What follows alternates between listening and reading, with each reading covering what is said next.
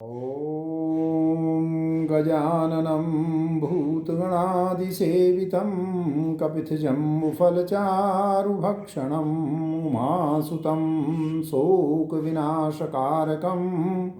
नमामि विघ्नेश्वरपादपङ्कजम्।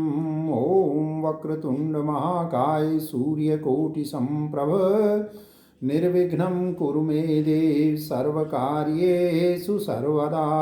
ॐ अतुलितबलधामं नमामि हें शैलाभदेहं नमामि दनुजवनकृशानं नमामि ज्ञानिनामग्रगण्यं नमामि सकलगुणनिधानं नमामि वानराणामधीशं नमामि रघुपतिप्रियभक्तं नमामि ॐ वातजातं नमामि। जय ओम। ओम श्री राम रामाय नमः। ओम श्री राम भद्राय नमः। ओम श्री रामचंद्राय नमः। ओम श्री सीतारामाय नमः। ओम जय शंकर जय पार्वती जय ओम। श्री गणेशाय नमः। श्री जानकी वल्लभो विजयते प्रथम सोमवार बालकांड। आज हम इसका सिर्फ हिंदी अनुवाद करेंगे। अक्षरों, अर्थ समूहों, रसों, छंदों और मंगलों की करने वाली सरस्वती जी और गणेश जी की मैं वंदना करता हूँ। श्रद्धा और विश्वास के स्वरूप श्री पार्वती जी और श्री शंकर जी की मैं वंदना करता हूँ, जिनके बिना सिद्धजन अपने अंतःकरण में स्थित ईश्वर को नहीं देख सकते। ज्ञान में नित्य शंकर रूपी गुरु की मैं वंदना करता हूँ, जिनके आश्रित होने से ही टेढ़ा चंद्रमा भी सर्वत्र वंदित होता है। श्री सीताराम जी के गुण समूह रूपी पवित्र वन में विहार करने वाले विशुद्ध विज्ञान संपन्न कवीश्वर श्री वाल्मीकि जी और कपीश्वर श्री हनुमान जी की मैं वंदना करता हूँ। ओम। उत्पत्ति, स्थिति, पालन और संहार करने वाली, क्लेशों की हरने वाली तथा संपूर्ण कल्याणों की करने वाली श्री रामचंद्र जी की प्रियतमा श्री सीता जी को मैं नमस्कार करता हूँ, जिनकी माया के वशीभूत संपूर्ण विश्व ब्रह्मादि देवता और असुर हैं, जिनकी सत्ता से रस्सी में सर्प के भ्रम की भांति यह सारा दृश्य जगत सत्य ही प्रतीत होता है, और जिनके केवल चरण ही भवसागर से तरने की इच्छा वालों के लिए एकमात्र नौका है। उन समस्त कारणों से पर, सब कारणों के कारण और सबसे श्रेष्ठ राम कहने वाले भगवान श्री हरि की मैं वंदना करता हूँ। अनेक पुराण, वेद और तंत्र शास्त्र से सम्मत तथा जो रामायण में वर्णित हैं और कुछ अन्यत्र से भी उपलब्ध श्री रघुनाथ जी की कथा को तुलसीदास अपने अंतःकरण के सुख के लिए अत्यंत मनोहर भाषा रचना में विस्तृत करता है। ओम। जिन्हें स्मरण करने से सब कार्य सिद्ध होते हैं और जो गणों के स्वामी और सुंदर हाथी के मुख वाले हैं, वे ही बुद्धि के राशि और शुभ गुणों के धाम श्री गणेश जी मुझ पर कृपा करें। जिनकी कृपा से गूंगा बहुत सुंदर बोलने वाला हो जाता है और लंगड़ा लूला दुर्गम पहाड़ पर चढ़ जाता है, वे कलयुग के सब पापों को जला डालने वाले दयालु भगवान मुझ पर द्रवित हों, दया करें। जय हो। जो नील कमल के समान श्याम वर्ण हैं, पूर्ण खिले हुए लाल कमल के समान जिनके नेत्र हैं, और जो सदा क्षीर सागर में शयन करते हैं, वे भगवान नारायण मेरे हृदय में निवास करें। जिनका कुंद के पुष्प और चंद्रमा के समान गौर शरीर है, जो पार्वती जी के प्रियतम और दया के धाम हैं, और जिनका दीनों पर स्नेह है, वे कामदेव का मर्दन करने वाले शंकर जी मुझ पर कृपा करें। मैं उन गुरु महाराज के चरण कमल की वंदना करता हूँ, जो कृपा के समुद्र और नर रूप में श्री हरि ही हैं, और जिनके वचन महामोह रूपी घने अंधकार के नाश करने के लिए सूर्य किरणों के समूह हैं।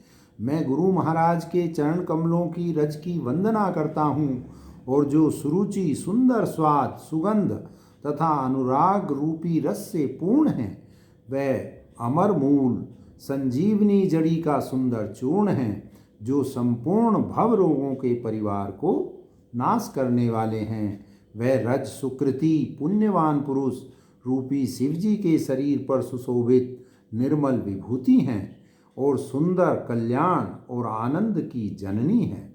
भक्त के मन रूपी सुंदर दर्पण के मैल को दूर करने वाली और तिलक करने से गुणों के समूह को वश में करने वाली है। श्री गुरु महाराज के चरण नखों की ज्योति मणियों के प्रकाश के समान है, जिसके स्मरण करते ही हृदय में दिव्य दृष्टि उत्पन्न हो जाती है। वह प्रकाश अज्ञान रूपी अंधकार का नाश करने वाला है। वह जिसके हृदय में आ जाता है, उसके बड़े भाग्य हैं। ओम श्री गुरुवे नमः। उसके हृदय में आते ही हृदय के निर्मल नेत्र खुल जाते हैं, और संसार रूपी रात्रि के दोष दुख मिट जाते हैं। एवं श्री राम चरित्र रूपी मणि और माणिक्य गुप्त और प्रकट जहाँ जो जिस स्थान खान में हैं, सब दिखाई पड़ने लगते हैं। जैसे सिद्धजनों को नेत्रों में लगाकर साधक सिद्ध और सुजान पर्वतों, वनों और पृथ्वी के अंतर कौतुक से ही बहुत सी खाने देखते हैं। श्री गुरु महाराज के चरणों की रज कोमल और सुंदर नयनामृत अंजन है, जो नेत्रों के दोषों को का नाश करने वाला है। उस अंजन से विवेक रूपी नेत्रों को निर्मल करके मैं संसार रूपी बंधन से छुड़ाने वाले श्री राम चरित्र का वर्णन करता हूँ। जय श्री गुरुवे नमः। पहले पृथ्वी के देवता ब्राह्मणों के चरणों की वंदना करता हूँ, जो अज्ञान से उत्पन्न सब संदेहों को हरने वाले हैं। फिर सब गुणों की खान संत समाज को प्रेम सहित सुंदर वाणी से प्रणाम करता हूँ। संतों का चरित्र कपास के चरित्र के समान शुभ है, जिसका फल नीरस, विशद और गुणमय होता है। कपास की डोडी नीरस होती है, संत चरित्र में भी विषया शक्ति नहीं है, इससे वह भी नीरस है। कपास उज्ज्वल होता है, संत का हृदय भी अज्ञान और पाप रूपी अंधकार से रहित होता है, इसलिए वह विशद है। और कपास में गुण तंतु होते हैं, इसी प्रकार संत का चरित्र भी सद्गुणों का भंडार होता है, इसलिए वह गुणमय है, तंतु युक्त है।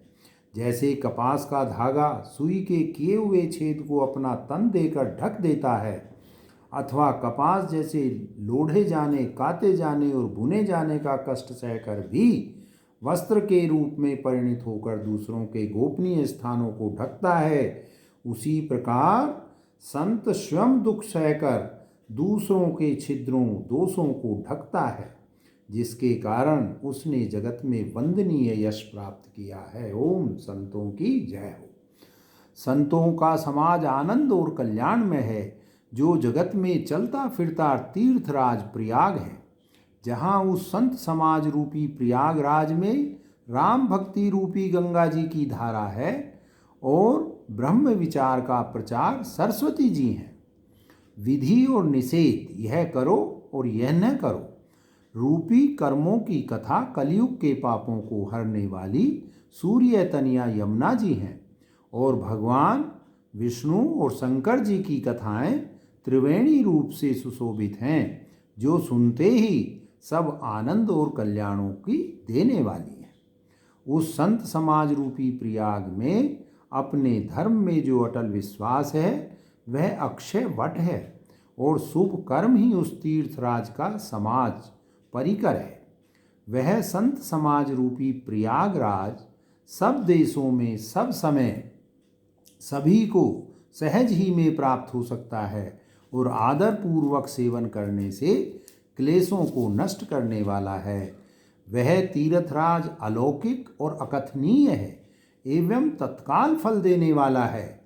उसका प्रभाव प्रत्यक्ष है, जो मनुष्य इस संत समाज रूपी तीर्थराज का प्रभाव प्रसन्न मन से सुनते और समझते हैं और फिर अत्यंत प्रेम पूर्वक इसमें गोते लगाते हैं, वे इस शरीर के रहते ही धर्म, अर्थ, काम, मोक्ष चारों फल पा जाते हैं।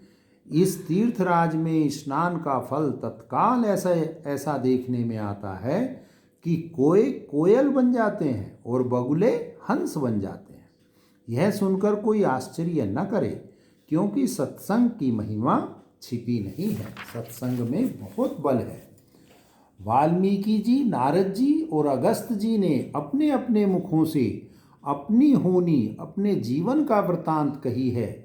जल में रहने वाले, जमीन पर चलने वाले और आकाश में विचरने वाले नाना प्रकार के जड़ चेतन जितने जीव इस जगत में हैं, उनमें से जिसने जिस समय जहाँ कहीं भी जिस किसी यत्न से बुद्धि, कीर्ति, सद्गति, विभूति, ऐश्वर्य और भलाई पाई है, सो सब सत्संग का ही प्रभाव समझना चाहिए। वेदों में और लोक में इनकी प्राप्ति का दूसरा कोई उपाय नहीं है। सत्संग के बिना विवेक नहीं होता और श्री राम जी की कृपा के बिना वह सत्संग सहज में मिलता नहीं। सत्संगति आनंद और कल्याण की जड़ है। सत्संगति की सिद्धि प्राप्ति ही फल है और सब साधन तो फूल हैं। दुष्ट भी सत्संगति पाकर सुधर जाते हैं। जैसे पारस के स्पर्श से लोहा सुहावना हो जाता है, सुंदर सोना बन जाता है, किंतु दैव योग से यदि कभी सज्जन कुसंगति में पड़ जाते हैं तो वे वहाँ भी सांप की मणि के समान अपने गुणों का ही अनुसरण करते हैं। अर्थात जिस प्रकार सांप का संसर्ग पाकर भी मणि उसके विष को ग्रहण नहीं करती तथा अपने सहज गुण प्रकाश को नहीं छोड़ती, उसी प्रकार साधु पुरुष दुष्टों के संग में रहकर भी दूसरों को प्रकाश ही देते हैं। दुष्टों का उन पर कोई प्रभाव नहीं पड़ता। ब्रह्मा, विष्णु, शिव, कवि और पंडितों की वाणी भी संत महिमा का वर्णन करने में सकुचाती है। वह मुझसे किस प्रकार नहीं कही जाती, जैसे साग तरकारी बेचने वालों से मणियों के गुण समूह नहीं कहे जा सकते। मैं संतों को प्रणाम करता हूँ, जिनके चित्त में समता है, जिनका ना कोई मित्र है और ना शत्रु। जैसे अंजलि में रखे हुए सुंदर फूल, जिस हाथ ने फूलों को तोड़ा और जिसने उनको रखा, उन दोनों ही हाथों को समान रूप से सुगंधित करते हैं, वैसे ही संत शत्रु और मित्र दोनों को ही समान रूप से कल्याण करते हैं। संत सरल हृदय और जगत के हितकारी होते हैं। उनके ऐसे स्वभाव और स्नेह को जानकर मैं विनय करता हूँ। मेरी इस बाल विनय को सुनकर कृपा करके श्री राम जी के चरणों में मुझे प्रीति दें। अब मैं सच्चे भाव से दुष्टों को प्रणाम करता हूँ, जो बिना ही प्रयोजन अपना हित करने वाले के भी प्रतिकूल आचरण करते हैं। दूसरों के हित की हानि ही जिनकी दृष्टि में लाभ है, जिनको दूसरों के उजड़ने में हर्ष और बसने में विषाद होता है, जो हरि और हर के यश रूपी पूर्णिमा के चंद्रमा के लिए राहु के समान हैं। अर्थात जहाँ कहीं भगवान विष्णु या शंकर के यश का वर्णन होता है, उसी में वे बाधा देते हैं और दूसरों की बुराई करने में सहस्रबाहु के समान वीर हैं, जो दूसरों के दोषों को हजार आँखों से देखते हैं और दूसरों के हित रूपी घी के लिए जिनका मन मक्खी के समान है। अर्थात जिस प्रकार मक्खी घी में गिरकर उसे खराब कर देती है और स्वयं भी मर जाती है, उसी प्रकार दुष्ट लोग दूसरों के बने बनाए काम को अपनी हानि करके भी बिगाड़ देते हैं। जो तेज दूसरों को जलाने वाले ताप में अग्नि और क्रोध में यमराज के समान हैं, पाप और अवगुण रूपी धन में कुबेर के समान धनी हैं, जिनकी बढ़ती सभी के हित का नाश करने के लिए केतु पुच्छल तारे के समान है और जिनके कुंभकर्ण की तरह सोते रहने में ही भलाई है। जैसे ओले खेती का नाश करके आप भी गल जाते हैं और वैसे ही वे दूसरों का काम बिगाड़ने के लिए अपना शरीर तक छोड़ देते हैं। मैं दुष्टों को हजार मुख वाले शेष जी के समान समझकर प्रणाम करता हूँ, जो पराये दोषों का हजार मुखों से बड़े रोष के साथ वर्णन करते हैं। पुनः उनको राजा पृथु, जिन्होंने भगवान का यश सुनने के लिए 10,000 कान मांगे थे, के समान जानकर प्रणाम करता हूँ, जो 10,000 कानों से दूसरों के पापों को सुनते हैं। फिर इंद्र के समान मानकर उनकी विनय करता हूँ, जिनको सुरा मदिरा नीकी और हितकारी मालूम देती है। इंद्र के लिए भी सुरा नीक अर्थात देवताओं की सेना हितकारी है। जिनको कठोर वचन रूपी वज्र सदा प्यारा लगता है और जो हजार आंखों से दूसरों के दोषों को देखते हैं। दुष्टों की यह रीति है कि वे उदासीन, शत्रु अथवा मित्र किसी का भी हित सुनकर चलते हैं। यह जानकर दोनों हाथ जोड़कर यह जन प्रेम पूर्वक उनसे विनय करता है। मैंने अपनी ओर से विनती की है, परंतु वे अपनी ओर से कभी नहीं चूकेंगे। कौवों को बड़े प्रेम से पालिए, परंतु वे क्या कभी इस मांस के त्यागी हो सकते हैं। अब मैं संत और असंत दोनों के चरणों की वंदना करता हूँ, और दोनों ही दुख देने वाले हैं, परंतु उनमें कुछ अंतर कहा गया है। वह अंतर यह है कि एक संत है जो बिछुड़ते समय प्राण हर लेते हैं, और दूसरे असंत हैं जो मिलते हैं तब दारुण दुख देते हैं। अर्थात संतों का बिछुड़ना मरने के समान दुखदायी होता है, और असंतों का मिलना दुखदायी होता है। दोनों संत और असंत जगत में एक साथ पैदा होते हैं, पर एक साथ पैदा होने वाले कमल और जोंक की तरह उनके गुण अलग अलग होते हैं। कमल दर्शन और स्पर्श से सुख देता है, किंतु जोंक शरीर का स्पर्श पाते ही रक्त चूसने लगती है। साधु अमृत के समान मृत्यु रूपी संसार से उबारने वाला, और असाधु मदिरा के समान मोह, प्रमाद और जड़ता उत्पन्न करने वाला है। दोनों को उत्पन्न करने वाला जगत रूपी अगाध समुद्र एक ही है। शास्त्रों में समुद्र मंथन से ही अमृत और मदिरा दोनों की उत्पत्ति बताई गई है। भले और बुरे अपनी अपनी करनी के अनुसार सुंदर यश और अपयश की संपत्ति पाते हैं। अमृत, चंद्रमा, गंगा जी और साधु एवं विष, अग्नि कलयुग के पापों की नदी अर्थात कर्मनाश और हिंसा करने वाला व्याध, इनके गुण अवगुण सब कोई जानते हैं, किंतु जिसे जो भाता है उसे वही अच्छा लगता है। ओम।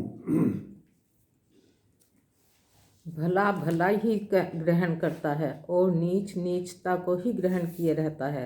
अमृत की सराहना अमर करने में होती है और विष की मारने में। दुष्टों के पापों और अवगुणों की और साधुओं के गुणों की कथाएं दोनों ही अपार और अथाह समुद्र हैं। इसी से कुछ गुण और दोषों का वर्णन किया गया है, क्योंकि बिना पहचाने उनका ग्रहण और त्याग नहीं हो सकता है। भले बुरे सभी ब्रह्मा के पैदा किए हुए हैं, पर गुण और दोष को विचार कर वेदों ने उनको अलग अलग कर दिया है। वेद, इतिहास, पुराण कहते हैं कि ब्रह्मा की यह सृष्टि गुण अवगुणों से भरी सनी हुई है। देवता, दैत्य, मनुष्य, नाग, पक्षी, प्रेत, पितर, गंधर्व, किन्नर और निशाचर सबको मैं प्रणाम करता हूँ। अब सब मुझ पर कृपा कीजिए। 84 लाख योनियों में 4 प्रकार के स्वेदज, अंडज, उद्भिज, जरायुज जीव जल, पृथ्वी और आकाश में रहते हैं। उन सब से भरे हुए इस सारे जगत को श्री सीताराम में जानकर मैं दोनों को हाथ जोड़कर प्रणाम करता हूँ। मुझको अपना दास जानकर कृपा की खान आप सब लोग मिलकर छल छोड़कर कृपा कीजिए। मुझे अपने बुद्धि बल का भरोसा नहीं है, इसीलिए मैं सबसे विनती करता हूँ। हे, मैं श्री रघुनाथ जी के गुणों का वर्णन करना चाहता हूँ, परंतु मेरी बुद्धि छोटी है और श्री रामचंद्र जी का चरित्र अथाह है। इसके लिए मुझे उपाय का एक भी अंग अर्थात कुछ भी लेश मात्र भी मुझे पता नहीं, उपाय नहीं सूझता। जो मेरे मन और बुद्धि कंगाल हैं, किंतु मनोरथ राजा है। मेरी बुद्धि अत्यंत नीची है और चाह बहुत ऊंची है। चाह तो अमृत पाने की है, पर जगत में जुड़ती छाछ भी नहीं है। सज्जन मेरी ढिठाई को क्षमा करेंगे और मेरे बाल वचनों को मन लगाकर प्रेम पूर्वक सुनेंगे। जैसे बालक जब तोतले वचन बोलता है तो उसके माता पिता उन्हें प्रसन्न मन से सुनते हैं, किंतु क्रूर, कुटिल और बुरे विचार वाले लोग जो दूसरों के दोषों को ही भूषण रूप से धारण किए रहते हैं, अर्थात जिन्हें पराये दोष ही प्यारे लगते हैं, उन पर हंसेंगे। रसीली हो या अत्यंत फीकी, अपनी कविता किसे अच्छी नहीं लगती, किंतु जो दूसरों की रचना को सुनकर हर्षित होते हैं, वे पुरुष जगत में बहुत नहीं हैं। हे भाई, जगत में तालाबों और नदियों के समान मनुष्य ही अधिक हैं, जो जल पाकर अपनी ही बाढ़ से बढ़ते हैं। समुद्र सा तो कोई एक बिरला ही सज्जन होगा, जो चंद्रमा को पूर्ण देखकर अर्थात दूसरों का उत्कर्ष देखकर उमड़ पड़ता है। मेरा भाग्य छोटा है, इच्छा बहुत बड़ी है, परंतु मुझे एक विश्वास है कि इसे सुनकर सज्जन सभी लोग सुख पाएंगे और दुष्ट हंसी उड़ाएंगे, किंतु दुष्टों के हंसने से मेरा हित ही होगा। मधुर कंठ वाली कोयल को कोए तो कठोर ही कहा करते हैं। जैसे बगुले हंस को और मेढक पपीहे को हंसते हैं, वैसे ही मलिन बुद्धि वाले दुष्ट निर्मल वाणी को हंसते हैं। जो ना तो कविता के रसिक हैं और ना जिनका श्री रामचंद्र जी के चरणों में प्रेम है, उनके लिए भी यह कविता सुखद हास्य रस का काम देगी। प्रथम तो यह भाषा की रचना है, दूसरे मेरी बुद्धि भोली है, इससे यह हंसने के योग्य ही है। हंसने में उन्हें कोई दोष नहीं है। जिन्हें ना तो प्रभु के चरणों में प्रेम है और ना अच्छी समझ ही है, उनको यह कथा सुनने में फीकी लगेगी। जिनकी श्री हरि और श्री हर के चरणों में प्रीति है और जिनकी बुद्धि कुतर्क करने वाली नहीं है, उन्हें श्री रघुनाथ जी की यह कथा मीठी लगेगी। सज्जन, मैं इस कथा को अपने जी से श्री राम जी की भक्ति से भूषित जानकर सुंदर वाणी से सराहना करते हुए सुनेंगे। मैं ना तो कवि हूँ, ना वाक्य रचना में ही कुशल हूँ। मैं तो सब कलाओं तथा विद्याओं से रहित हूँ। नाना प्रकार के अक्षर, अर्थ और अलंकार, अनेक प्रकार की छंद रचना, भावों और रसों के आधार, भेद और कविता के भांति भांति के गुण दोष होते हैं। इनमें से काव्य संबंधी एक भी बात का ज्ञान मुझे नहीं है। यह मैं कोरे कागज पर लिखकर भी सत्य सत्य कहता हूँ। मेरी रचना सब गुणों से रहित है।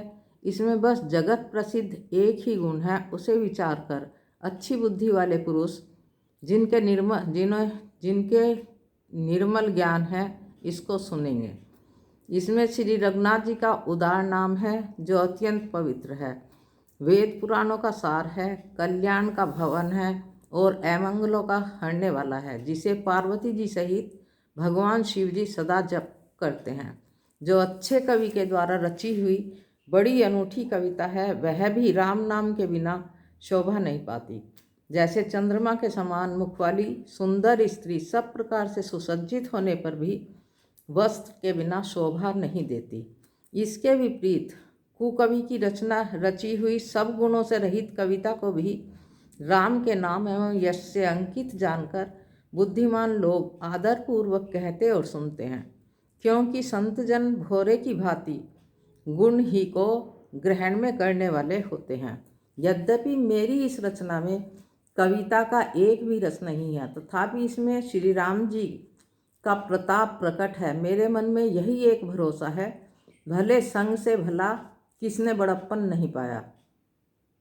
धुआं भी अगर के संग से सुगंधित होकर अपने स्वाभाविक कड़वेपन को छोड़ देता है। मेरी कविता अवश्य ही भद्दी है, परंतु इसमें जगत का कल्याण करने वाली राम कथा रूपी उत्तम वस्तु का वर्णन किया गया है। इससे यह भी अच्छी ही समझी जाएगी। तुलसीदास जी कहते हैं कि रघुनाथ जी की कथा कल्याण करने वाली और कलयुग के पापों को हरने वाली है।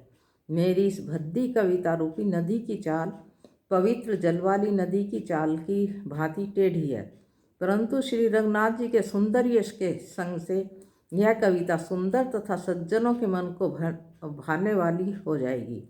शमशान की अपवित्र राखवी श्री महादेव जी के अंग के संग से सुहावनी लगती है और स्मरण करते ही पवित्र करने वाली होती है।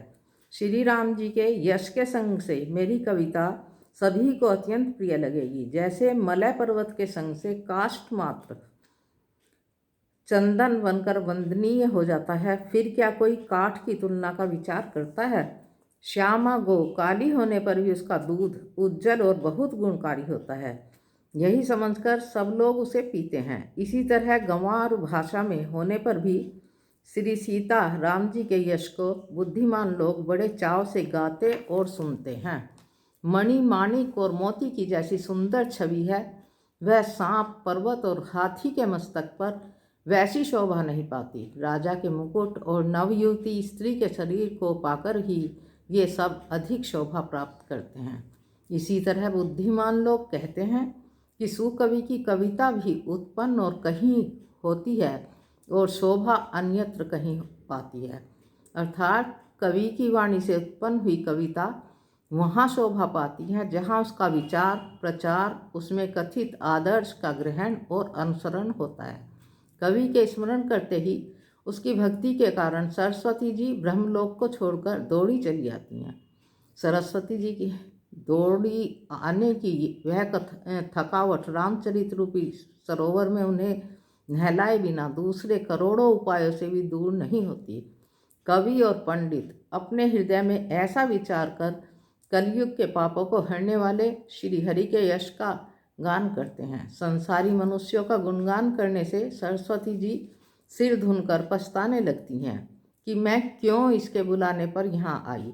बुद्धिमान लोग हृदय को समुद्र, बुद्धि को सीप और सरस्वती को स्वाति नक्षत्र के समान कहते हैं। इसमें यदि श्रेष्ठ विचार रूपी जल बरसता है तो मुक्तामणि के समान सुंदर कविता होती है। उन कविता रूपी मुक्तामणियों को युक्ति से बेध कर फिर श्री रामचंद्र जी रूपी सुंदर तारों धागे में पिरोकर सज्जन लोग अपने निर्मल हृदय में धारण करते हैं, जिससे अत्यंत अनुराग रूपी शोभा होती है। वे आत्यंतिक प्रेम को प्राप्त होते हैं। जो कराल कलयुग में जन्मे हैं, जिनकी करनी कोए के समान है और वेश हंस का है, सो वेद धर्मी को छोड़कर कुमार्ग पर चलते हैं। जो कपट की मूर्ति और कलयुग के पापों के भांडे हैं, जो श्री राम जी के भक्त कहलाकर लोगों को ठगते हैं, जो धन क्रोध और काम के गुलाम हैं और जो धींगा धींगी करने वाले धर्म की झूठी ध्वजा फहराने वाले दम्भी और कपट के धंधों का बोझ ढोने वाले हैं। संसार के ऐसे लोगों में सबसे पहले मेरी गिनती है। यदि मैं अपने सब अवगुणों को कहने लगूं तो कथा बहुत बढ़ जाएगी और मैं पार नहीं पाऊंगा। इससे मैंने